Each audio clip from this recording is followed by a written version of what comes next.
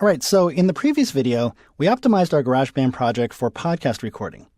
And in this case, I've set up two tracks because I want to record an interview with a guest. Now, if you're only recording onto a single track, you can simply make sure that track is selected, and then when you click the record button, you're going to immediately start recording onto that selected track. Just stop that and undo it. I'll go back to the beginning. But if you want to record onto multiple tracks simultaneously in GarageBand, you need to change a setting because you can't click to select multiple tracks by default. You can see here I can only select one at a time.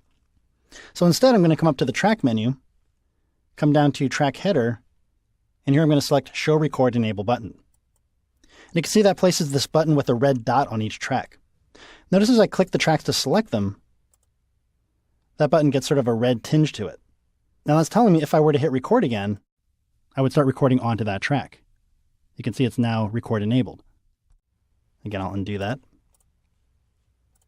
But to enable simultaneous multi-track recording, I need to click the record enable button on each track. And now I can record onto those two tracks at the same time. Now, just as a reminder, I have two microphones and they're both connected to one of the two inputs on my audio input device.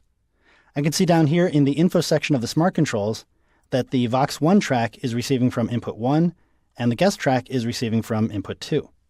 So for this example, let's say I'm recording a segment of my podcast covering the various video titles that come out each week in our training library.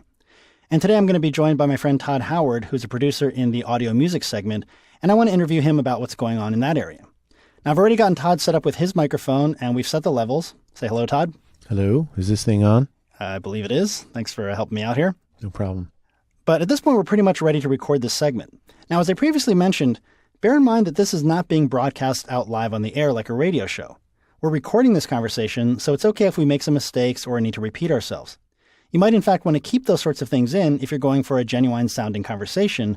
But if you do make a mistake or there's a problem while you're recording, remember the tips I provided earlier for what to do in those situations, and just pick things up where you can, knowing that you can edit out problems later. So my playhead is at the beginning of the project. I'm going to click record, and off we go. All right, joining me now is Todd Howard, producer for the audio music segment. Thanks for joining me today, Todd. Sure, Garrick. Thanks for having me.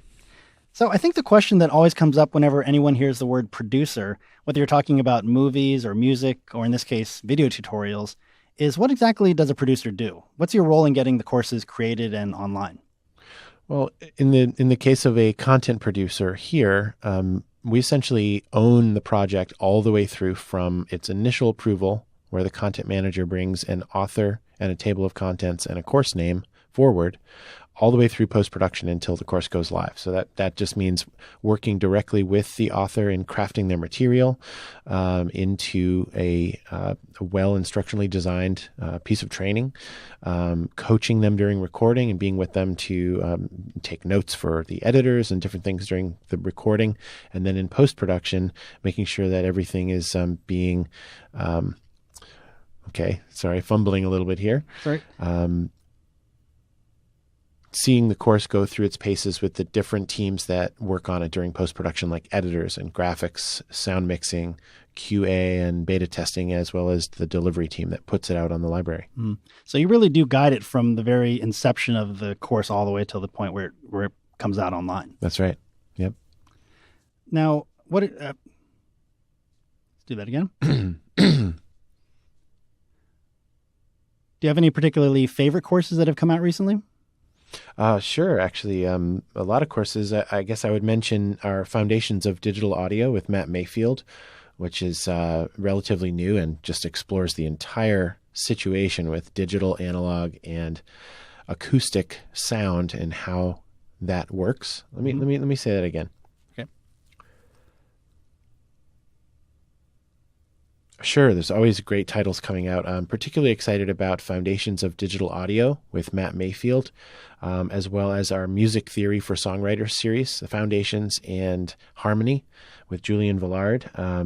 Those are great for digging inside of how music works and what makes chord progressions actually tick. Right. And something maybe very pertinent to this interview is a Podcasting Business and Law course by Rich Stim.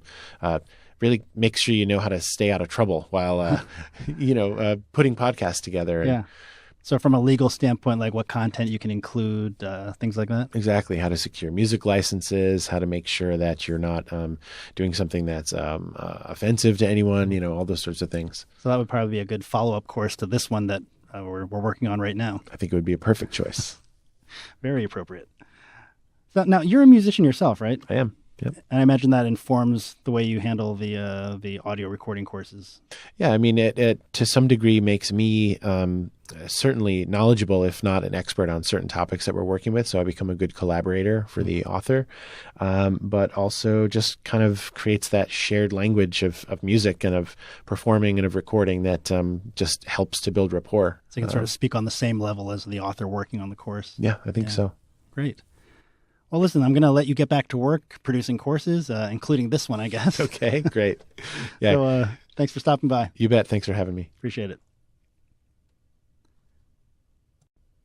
All right, and I'll click stop, and that ends our recording. All right, so obviously this was just an example of the type of segment you might have in your podcast, but as you can see, once your gear is connected and your levels are set, it's really just a matter of hitting record and talking. Now, there were definitely a few things in there that I would like to clean up, so in the next chapter, we'll look at how to edit and mix your podcast so it sounds its best before you publish it.